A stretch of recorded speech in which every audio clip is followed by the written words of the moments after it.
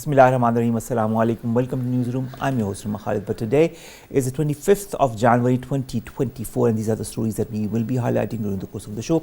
We'll begin with the horrible plan of our not so friendly neighbor, India, that has finally been unearthed and neutralized by Pakistan. This was exposed during a media briefing by our Foreign Secretary, Cyrus Sajjad Qazi, who was also flanked by the spokesperson of the Foreign Office, Mumtaz Zahra Baloch, in which he highlighted how the Indian agents or Indian agency infiltrated and killed two Pakistani citizens. The fact remains that Indian involvement in terrorism is nothing new. We have seen this through Kulbhushan Yadav. We've seen this through other issues. And now, when you even come, they have even now gone to transnational terrorism when it comes to Canada, when it comes to the United States of America, and we've seen the examples. We've seen the outright condemnation worldwide, and now this happens in Pakistan. And of course, I think it is really time to unearth and to expose as much of the Indian infiltration or the Indian propaganda or the Indian disinformation or the Indian attempts to not only put Pakistan in a bad light, but also now, as this example has shown, kill two Pakistani citizens. This is going to be our first story. This horrible plan of the Indian terrorist activities that now has been exposed and unearthed in a media briefing today. Our second story, ladies and gentlemen, concerns China and the China-Pakistan economic corridor. Now, China has said it is ready to work with Pakistan to upgrade this flagship project of the Belt and Road Initiative and accelerate the building of an even closer China-Pakistan community with a shared vision of a new era. This was said by Chinese Foreign Ministry spokesman Wang Wenbin while answering questions during a briefing. And he also added that China stands ready to work with Pakistan to deliver on the important common understandings between the leaders of the two countries, deepen political mutual trust, and expand practical cooperation. This is going to be our second story. Our third story, ladies and gentlemen, concerns day 111 of the conflict between Israel and Palestine. The US says, the United Nations, not the US in fact, says that heavy fighting has encircled two hospitals in Khan Yunus, the Nasir and Ahmer, leaving thousands of terrified staff. The Israeli military has also demolished hundreds of buildings near its fence with Gaza and seeks to create a buffer zone, which is a clear defiance of US demands. Also, if you remember well, the International Court of Justice had heard the South African petition against Israel, and now it is to give its judgment tomorrow, that is a Friday. At least 25,700 people have also been killed by this barbaric attitude of Israeli forces, while 63,740 have been wounded in the attacks in Gaza since the 7th of October, while 6,225 Palestinians have been arrested in the occupied West Bank since the 7th of October. And finally, we are going to talk about Russia and Ukraine, who have both blamed each other over a plane crash. It was a military transport plane carrying dozens of Ukrainian detainees headed for a prisoner exchange. It killed everyone on board this crash. That is, Russia's defense ministry said the crash had come hours ahead of the planned prisoner exchange, and that the Ukrainian leadership was well aware of this. Anyways, we'll be talking about this blame game in our last story. Let's begin with our first, and that concerns India's machinations, whether it be Pakistan or whether it be other countries now. But let's specify it to Pakistan this time. We've been joined by an expert in international law, Ahmer Bilal Sufi. Ahmer Bilal Sufi sahab, thank you very much to have joined us. This media brief that was given by Cyrus Sajjad Qazi sahab, our Foreign Secretary, and of course flanked by the spokesperson of the Foreign Office, how do you see this in a continuation of these blatant attempts by India to terrorize Pakistan, to continue its activities one way or the other, and to destabilize Pakistan? How do you see that from a lawyer's perspective, and what can Pakistan do as far as seeking justice is concerned? Well, thank you very much. Whatever has been talked about today, the press briefing by the Foreign Secretary of Pakistan, is simply mind-boggling. It is utterly shocking. Why do I say that? Because normally the states are supposed to behave in a responsible fashion. There is an area of international law called state responsibility.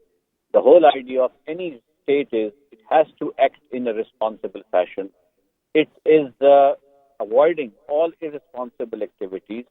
It invariably distances from any individual who undertakes any irresponsible criminal activities, whether on its soil or abroad. That is why, even if it is done by an individual, irresponsible individual, he is prosecuted by the state. And if it is done abroad, then it distances itself and let other jurisdictions prosecute such person. What we see is unbelievable. Why? Because, as I said, the information, the evidence, and the material which has come out which has been found by the investigation agencies in Pakistan, and they are so confident that they've owned this investigation by the Foreign Ministry. They have it discloses an unbelievable nature of violation of international law on the part of the state institutions themselves, no less than state institutions themselves. This is not understandable. It is very rare that a link of an investigation link of a criminal activity at a transnational level in an extraterritorial sense is linkable to the state directly. We noticed this happening in India, not only in more than one occasion in Canada. We noticed this happening in US and now in Pakistan. This has become a pattern, and I don't know how many other states similar operations may be ongoing. This is seriously very alarming from an international peace perspective and from a perspective of the international community, because the principle of non-intervention and non-interference is such a sacred principle under international law that no state is allowed to interfere in any manner whatsoever, let alone undertake an extrajudicial killing or assassination. So I believe, given the gravity of the situation, Pakistan needs to engage with other states which have similar experiences, which have similar crimes have been committed on their soil, and undertake a joint strategy. And not only that, they are now forced to undertake a registration of various cases and commence investigations based on mutual legal assistance framework with India or any other country whose nationals may be advertently or inadvertently involved, and continue with this matter and take this matter before the United Nations and other administrative and judicial forums. Thank you so very much for your advice, Ahmer. Bilal Sufi Sahab, expert in international law, talking to us about this, terrorist activities inside of Pakistan that have been unearthed by our foreign ministry through the foreign secretary Cyrus Sajjad Qazi and the foreign office spokesperson. And of course, it increases the same pressure on India that Pakistan has also been exerting because of the involvement of India directly and indirectly in so many nefarious activities in Pakistan. We have time and again given dossiers to international agencies and our friendly countries to highlight what India has been doing to destabilize Pakistan. And now this is just one of the latest examples and one of the most blatant examples as well. We also remember Kulbhushan Yadav, who's still in Pakistani custody as we speak. Let's come to our second story, and that concerns Pakistan-China relations and China-Pakistan economic corridor. Now, the Foreign Office spokesperson from the People's Republic of China, while answering a question, highlighted that China was ready to work with Pakistan to upgrade the CPEC and accelerate the building of an even closer China-Pakistan community with a shared vision in this new era, to highlight different aspects of it and what needs to be done, what has been done, what is the need of the hour, what is the next decade promising as far as Pakistan-China relations and China-Pakistan economic corridor is concerned. We've been joined by Dr. Fazal Rehman. He's the Executive Director of the Pakistan Council on China. He's right here with us in the studios. Thank you very much, Dr. Saab, to have joined us. Now, I'll begin with the same comment that I gave in the beginning of this segment, that China says it is ready to work with Pakistan to upgrade the CPEC. What kind of an upgrade should we move towards, and what kind of upgrade should Pakistan expect that China needs to deliver on? Actually, the upgrade is in the sense that, now CPEC has entered into the second phase. And this second phase is something which is more expanded, which is more vast, and incorporating, sort of several other sectors of economic activity which have not been taken into the main play before.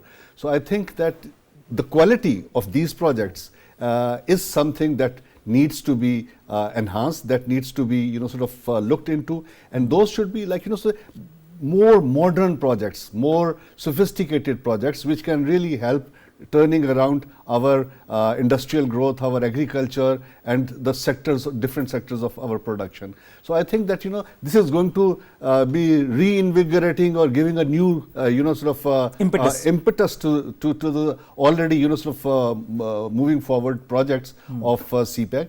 But certainly there is a provision in the long-term plan of CPEC that periodically both the countries will review and see how to make certain kind of amendments, how to make certain kind of adjustments in different areas, in different projects. So I think that this time around China has also realized and Pakistan has also realized that there has been some slowing down of certain things which needs to be again put back on the track, on a fast track. And I think this time around we have to work with the Chinese speed in terms of implementation. I like the term Chinese speed. Now, the Chinese Foreign Ministry spokesperson Wang Wenbin says, and I quote, because there are three important points in this question: China stands ready to work with Pakistan to A, deliver on the important common understandings between the leaders of the two countries, B, deepen political mutual trust, C, expand practical cooperation. What are, in your point of view, the important mechanisms that surround these three important arenas? Well, actually, as far as the government-to-government mechanism is concerned, that already exists. We have a very comprehensive bilateral strategic dialogue with China, which takes place every year, and the two countries exchange their concerns, their views about almost all aspects of bilateral relations. So that is one. As far as the political understanding is concerned, I think somehow that is lacking in the last few years. Reason being that the political instability in the country, and there has not been kind of a continuation of the policies in terms of engaging China. So I think now there is a election coming up, and there is going to be a long-term permanent government, and I think that before that it's very reassuring from the Chinese side that they are ready to work with any a setup which comes into power. And also it is very important to understand that at this point in time there had been a lot of kind of feeler of despondency, kind of feeler of disappointment about CPEC's moving forward. There had been a lot of negative propaganda waged against CPEC's progress and everything. So it's very reassuring from the Chinese side and from the Pakistani side also that there's this is going to be again a fast track project between the two countries. Reason being that it's a long-term project. We tend to forget that it's a long-term project, and it's going it's a flagship project. It's a flagship project, and there will be some hiccups, ups and downs, but it's a continuing process. So we should be very optimistic about it, and we should work hard actually to meet each other's expectations as far as the joint working on this project is concerned. On the Chinese speed, I again repeat. Now, how important was the recent visit of Chinese Vice Foreign Minister Sun Weidong to Pakistan?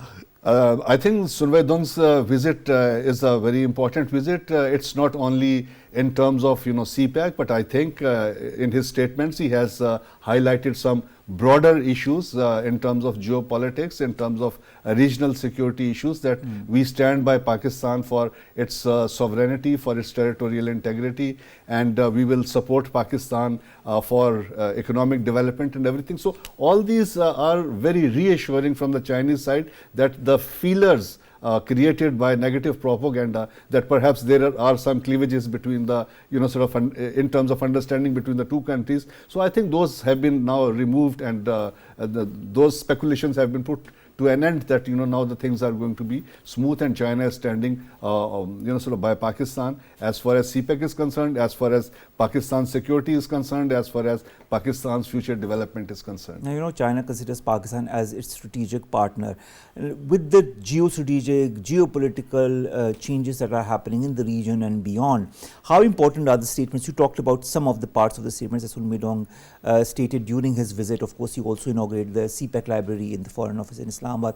But he also, apart from reaffirming China's support for Pakistan's sovereignty and territorial integrity that you pointed towards, and for its economic development, progress and prosperity, he also thanked Pakistan for its support to China on its core issues. What are the core issues that binds both these countries apart from CPEC?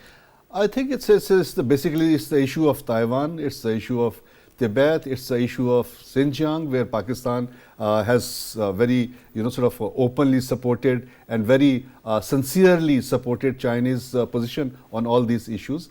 And especially, this point has not been very much highlighted, that our Prime Minister Kakar, when he was coming back from China, he visited Xinjiang also. Yes. And he addressed the Uyghur community there, and he reassured them that this is the best opportunity for you to grow, to develop.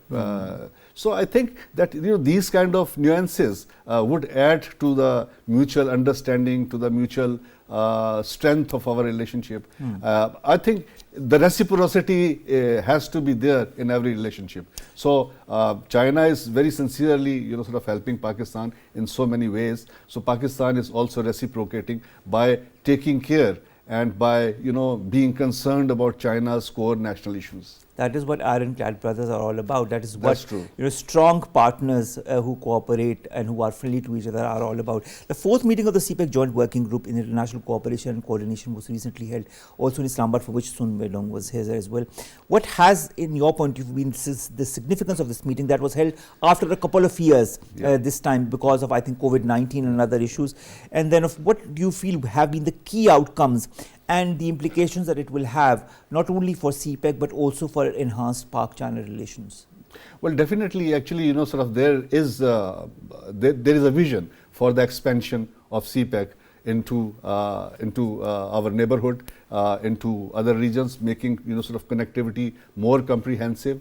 Besides that, there is a prospect of inviting third country for investment in CPEC projects. So I think the primary focus or the primary outcome has been reaching some sort of understanding which kind of projects should be part and parcel of the future CPEC framework, because this provision of inviting a third party needs to have consensus between both the basic partners. So I think the consensus has been reached on certain kind of investment in certain areas, in certain sections, which can benefit both China and Pakistan.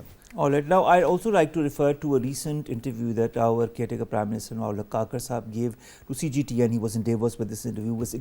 Was done, but it was recently broadcast on television. Now, he said we have already achieved the first phase of CPEC and we are benefiting from its early harvest projects. He also said we are entering the second phase and we need more deliberations when it comes to the second phase. He also said that the second phase required road and air connectivity around the industrialized projects.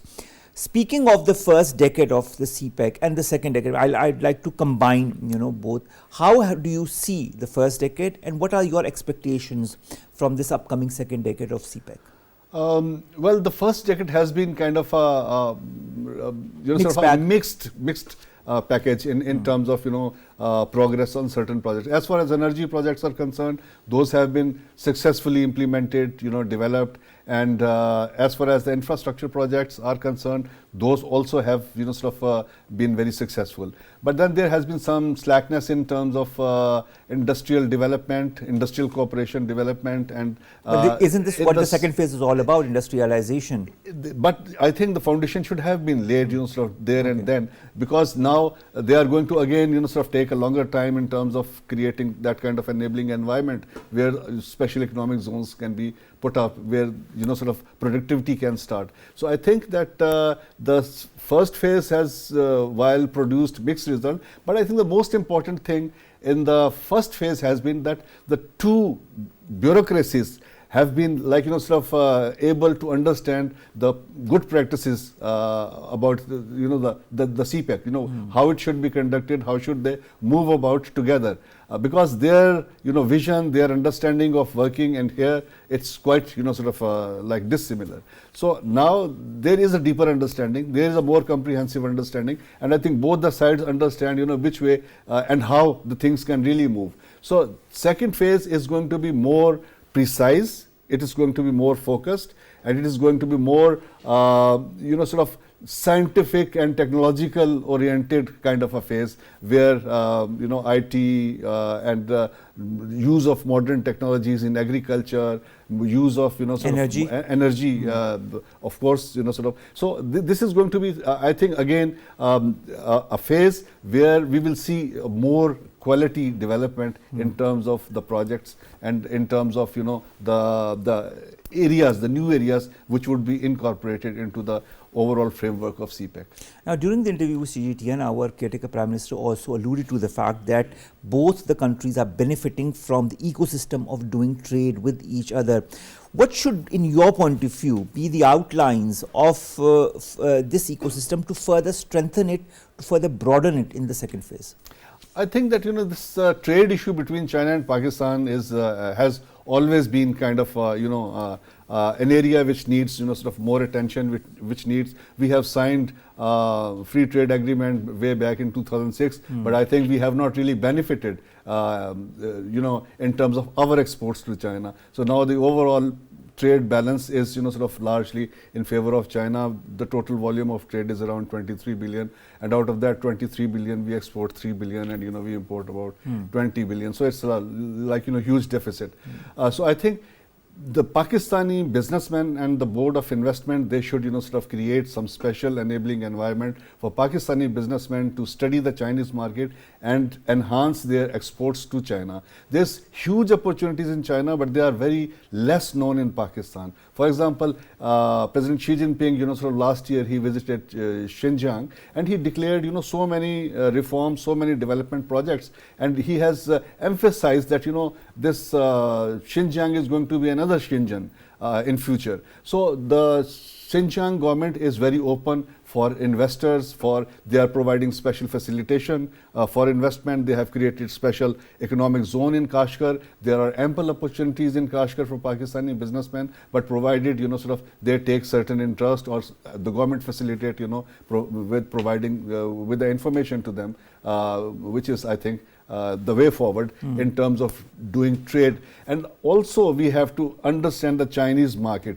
The Chinese online market now, the e-commerce in China, is having a large variety of Pakistani products.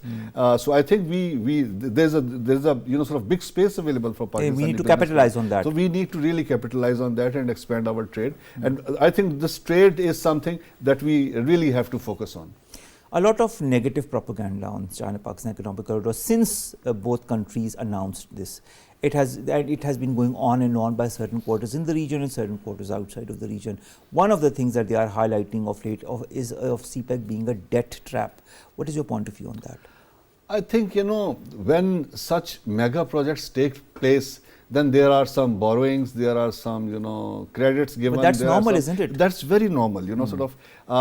But it has to be like, sort of, one should understand the dynamics of these things. China have always said this, that, CPEC is not a gift to Pakistan. It's a business-like project where both the parties need to take advantage and benefit from this. True. So I think that, if the Chinese investment is coming into Pakistan, then it is our responsibility to really, sort of put that investment kind of, in kind of a shape where we can really generate more profits, more money as far as the repatriation of that loan is concerned. So I think there is no intention of Chinese, anywhere in the world to create these kind of debt traps. These debt trap, terminology and this propaganda is from the West, of course, which is anti-China propaganda. And I think it's not by design at all, but by default, if something happens, if a country is unable to pay what they have borrowed, then they should compensate for that. Dr. Fazal, Rehman, a lot of countries have evinced interest in joining CPEC directly or indirectly. How should Pakistan propagate CPEC on a larger front, on a global front, to attract more investment from different countries across the world? I think we have to really, sort of understand the dynamics of our own economy. What are the sectors that we need investments in? And we should, sort of open those sectors, of course, in consultation with China, and we should, sort of invite.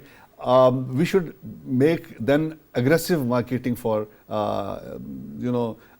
bringing investments into different projects, and especially the main attraction of foreign investors would be in special economic zones where there are tax holidays, there are certain facilitations, there are certain concessions. So I think that many countries have shown interest, but so far no country has really come forward in terms of making investment on ground. So I think that there has to be a clear-cut policy, and that policy needs to be created in a way that it should create an interface between the existing infrastructure and the new investment which will be coming in, so that an overall industrial structure should be boosted up. We also need to do a very proactive promotion, I think, on different fronts, so that people can more understand, comprehend how Pakistan and China are developing the special economic zones and other special zones that will be created later as well, the IT sectors that will be created as well, and how can different countries, as per their needs and desires, how can they come and invest in Pakistan. I think that is extremely important in the months and the years to come, so that we can garner more and more support economically, financially from these different countries. China has always appreciated, as you also have said, Pakistan's commitment as far as One China principle is concerned, as far as supporting Pakistan in defending its sovereignty. We've talked about it as well. But as somebody who understands Pak-China relationship, how important is China for Pakistan and vice versa, and why is this relationship with Pakistan considered a cornerstone of the foreign policy, both of China and of Pakistan? Well, the first thing is that we are the neighboring countries, and we are two countries who have developed mutual trust over a long period of time. In the past more than 70 years, we have been engaged with each other in a very positive manner, and the foundations of this relationship are very solid and very strong. And I think the two nations, basically the people of the two countries, feel for each other. So there is kind of a huge reservoir of goodwill in both the countries for each other. That is one. And the other thing is that we have very common strategic vision as far as the geopolitics is concerned, as far as the regional stability is concerned, as far as the peace and security in the region is concerned, or in the globe is concerned. So I think there is a commonality of interest that is bonding the two countries together, and I think we need to continue with this understanding and make it more deeper. So there is, in my opinion, there is a need for a a continuous, deeper strategic dialogue between the two countries, especially at the highest level. Or a continuation of the strategic dialogue that has been going on since quite some time. Thank you so very much, Dr. Fazal Rehman, Executive Director, Pakistan Council on China, to have journalists who have talked to us about CPEC and this desire by China to make it, to upgrade the China-Pakistan Economic Corridor. Of course, the second phase is all there, and we are all looking forward to what kind of developments will be coming forward in the coming months. And of course, Pak-China friendship and cooperation is something that is the envy of many countries across the world. Thank you so very much, sir, to have joined us. Let's come to our second story, ladies and gentlemen, third story rather, and that concerns the Israel-Palestine conflict, which has entered its 111th day. Dr. Jamil Khan, former ambassador, joins us online. Dr. Jamil, thank you very much to have joined us. Dr. Jamil, I'd like to begin with this whole Red Sea scenario, and Yemen's Houthis firing 3 missiles at 2 merchant ships in the Red Sea on Wednesday in their latest attack. Of course, it was yesterday in this commercially vital waterway. This was announced by the White House. The Houthi spokesperson says that they will continue to target because they want to support Palestine. Is this situation, in your point of view, becoming more complex with each passing day, with more and more countries entering the fray, whether it be the United States, whether it be the United Kingdom and other countries? And isn't it the situation getting riskier? What's your take on that? Oh, definitely. The situation is, scaling up further, and it's becoming riskier. I think we've been discussing it earlier on in other programs with you and other channels as well, that it's going to escalate. And we've been talking about it even about 2 months ago. 3 months ago that yes, it has all the potentials, but now the unfolding situation has proved that it is escalating. And if we have some of the incidents into consideration, Houthi is one, and I'm going to really dilate upon it a little more. Houthi in South Africa, where what kind of a legal framework they have really followed, how beautifully they have followed, and then Houthi, what is their moral ground and what's their legal ground coming on that. But if we connect the dots in the region, Lebanon, Israel's and the Hezbollah, they had the exchange of rockets and fire, and there have been scores of killing in Lebanon also. In Lebanon, the deputy Hamas leader has been killed, which was not only protested, but Hezbollah had announced that they are going to really take this revenge, as this is against the sovereignty of the territory. And finally, Iran also raised their fingers that because of the regional situation, the Israel is taking initiative. Israel is going, beyond its it's going beyond its mandate right from the very beginning. But it's by itself engaging the other countries, like Iran has said that they are going to really take revenge of their general who has been killed in Syria. And in Syria, the general who has been killed was a very close associate of Qasem Soleimani, whose graveyard was attacked by two twin bombs. And no one less than the president of Iran had said that, regardless of the person and the group which has done this, the entire mens rea behind it is that of the Zionism. And the president was pointing his fingers to Iran. So all these things boils, and then the rocket exchange of rocket fires, rocket launched on the U.S. interest in Iraq and Syria, and its response by the U.S. So all what is happening around it definitely adds that very initial analysis. It adds more logic to the initial analysis, but what we've been making earlier, that is going to escalate. Now coming on the Yemen, this becomes a little more serious because the world 75% of the goods and services, that's the marine route of that. And the Europe, the North America, they are going to feel the pinch of it. So they have had this coalition forces to take on Houthis. I've lived in Yemen and I've worked in Yemen while I was in United Nations. I know how the smart people Houthis are, and they are really very tough people. In Sada province, Saudis had tried their best with the help of the United States also, but they really could not approve that, except for that they were able to kill some of their leaders, but still the Houthi strength did not really diminish. We are talking about a nation, Yemen, which has already lost about 400,000 people since 2015, and still they are standing on their feet. Although there is famine, although there is poverty, although there is miseries, but still, the Houthis have taken a principled stand that we have nothing to do with anyone. We only want, rather they had reconciled with Saudi Arabia, and they reconciled with other countries. They never attacked any ship past so many years. That is true. A message. Is the nearest island of Yemen. I'd like to kind of add to this conversation and also, refer to the comment by Antonio Guterres, who says that the risks of a regional war are now a reality. He calls on all sides to step back from this whole brink and consider the horrendous costs. But will they, in fact, consider the horrendous costs, or do you feel it has already gone beyond that? Can we stop this escalation somehow? No, worse is still yet to come, because once it's the things start escalating, then there won't be any end to it. It appears, unless it's really checked here.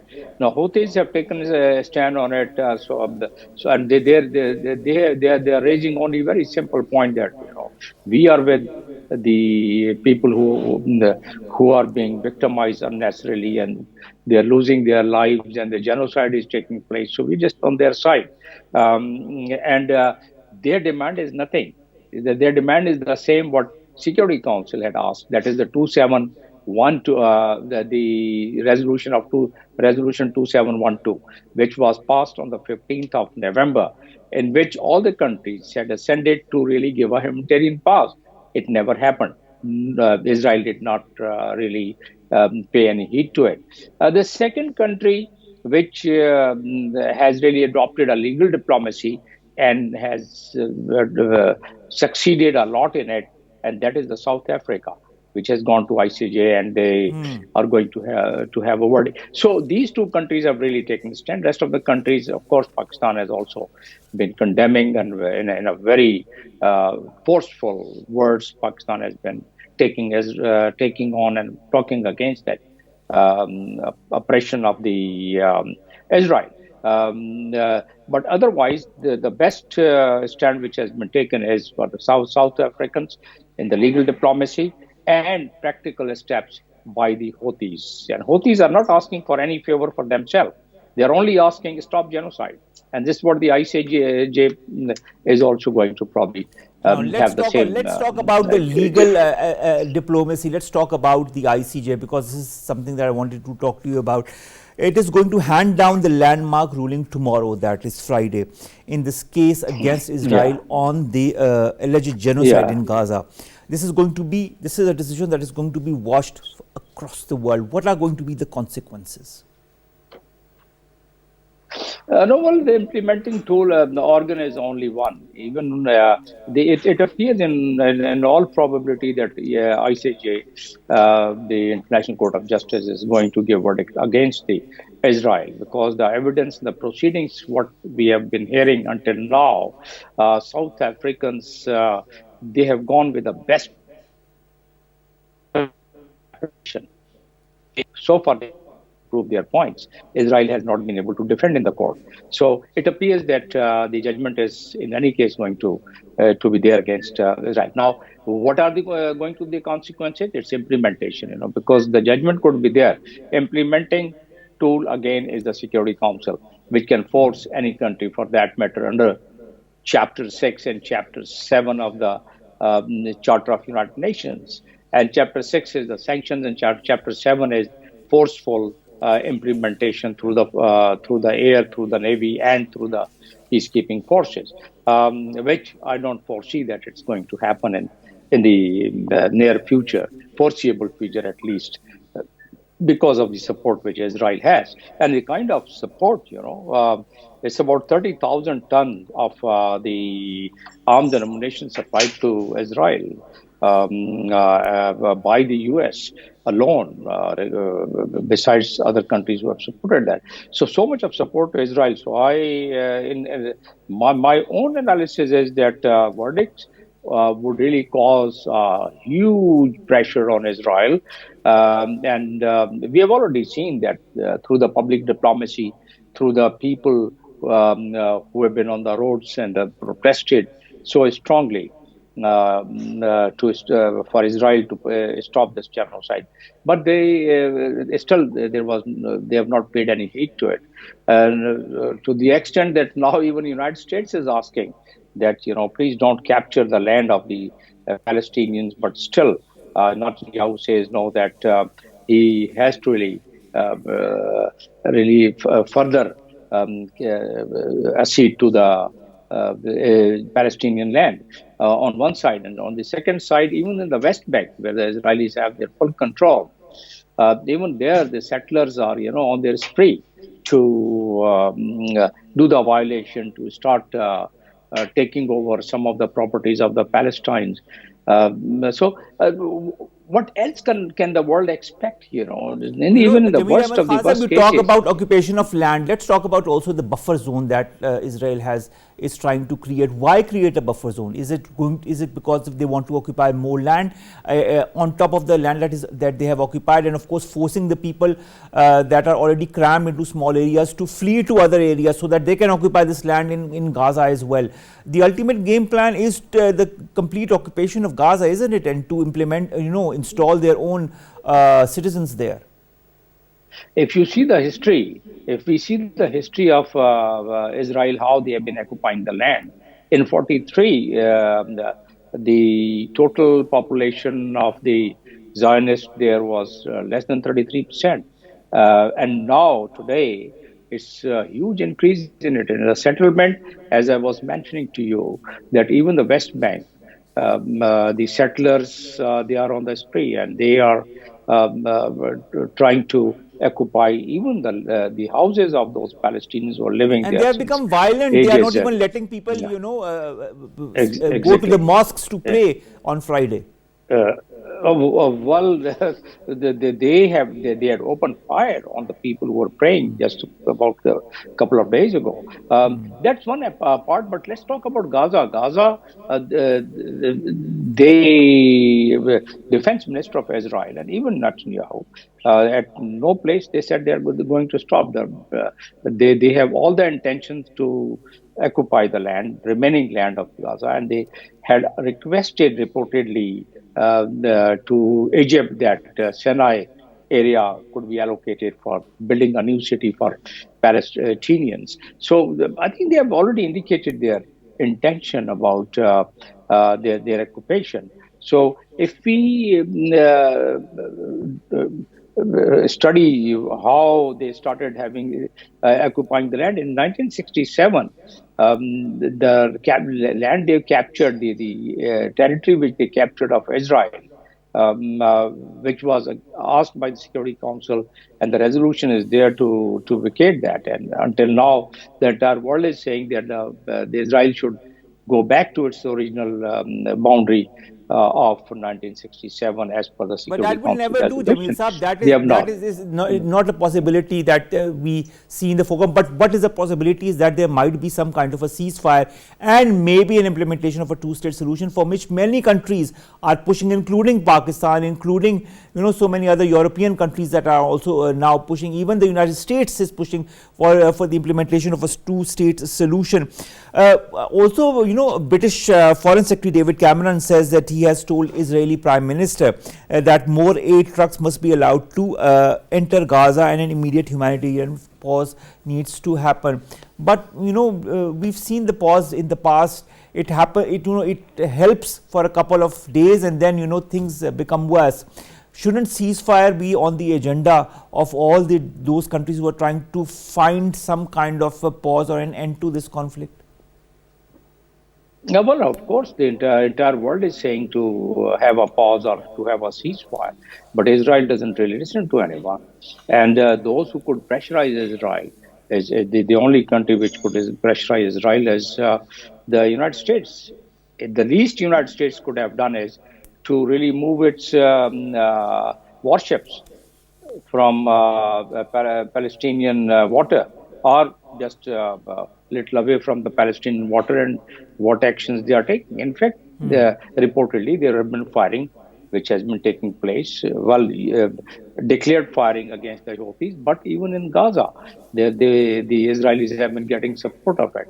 So unless the Israelis are pressurized by the big powers, like United States, they are not going to even follow the Security Council resolution, which they have not done it in 1967 onward, and which they have not done it, as I said, 2712, the 15th November, which was passed almost unanimously All by right, all the countries that they should be surpassed. Last question, two parts. I want a very, very short answer. An overwhelming majority of Joe Biden's fellow Democrats have backed a statement reiterating US support of a two-state solution to this conflict. On the same time, there's a poll that has been done, and the majority of the poll, around 36% of the people who answered the poll, say that Israel is in fact committing these atrocities in Palestine, and the necessary needs to be done. is there internal pressure in the US? Will US be forced politically to change its relationship to Israel as far as backing this barbarism or violence is concerned? Well, it's in the interest of U.S. Basically, U.S. was the main driving force behind the Oslo Accord 1993, and that is the two-state theory. U.S. was propelling that thoughts, and that was accepted at some stage. But even U.S. is, if they are not able to get it implemented, but Israel is not willing to do that. And the entire other world otherwise is of the view that this two-state theory, which was so well negotiated, and finally, reluctantly, there were other parties that agreed with it. But yes, the pressure is building up, and one can only hope for the best. Even Biden is losing his popularity because of this pressure. And even yesterday, once Biden was had his campaign, the election campaign, people disrupted the election campaign only by raising slogan that they stop this genocide. So I guess after the election, although United States, even in the previous regime, was not really very favorable to the two-state accord, because I remember some of the statements of Trump. But the fact is, we are waiting for the US elections, but the trend as far as Democrats is that they are showing an inclination towards the Palestinians, and the Republicans show a more liking towards their relationship with Israel. Anyways, we'll be updating and with the days to come, and let's see what happens. Thank you so very much, Jamil Khan, to have joined us on day 111 of this conflict between Israel and Palestine. Let's come to our last story, and that concerns Russia and Ukraine. Yes, Russia and Ukraine. Russia on Wednesday has accused Ukraine of shooting down a military transport plane that was carrying dozens of Ukrainian detainees that was headed for a prisoner exchange. Russia's defense ministry says the Il-76 plane was carrying 65 Ukrainian soldiers captured in Russia's offensive, as well as 6 crew and 3 escorts. Kiev has confirmed that a prisoner swap was due to occur, but several hours after the crash, it still had no reliable information as far as the passengers are concerned. Zelensky, in an evening address, did not confirm or deny Moscow's accusations, but stressed that Russia was playing with the lives of Ukrainian prisoners. On the other hand, Russia's defense ministry says the crash came hours ahead of the planned prisoner exchange at a border crossing in Belgorod. Ukraine's intelligence agency denies this and accuses Russia of endangering the lives and safety of prisoners. Ukrainian military initially cited defense sources, saying that Ukraine's army had downed the plane and said it was carrying missiles. The claim was later retracted. Kremlin spokesperson Dmitry Peskov declined to comment on the crash. Developments are occurring, and the Ukraine crisis also doesn't show any signs of abating or stopping or coming to a pause. But we did wanted to update you as far as this is concerned. With that, we come to an end of today's news. We will see you inshallah tomorrow with news stories segments that pertain to us here in Pakistan. Stay safe. Allah Hafiz.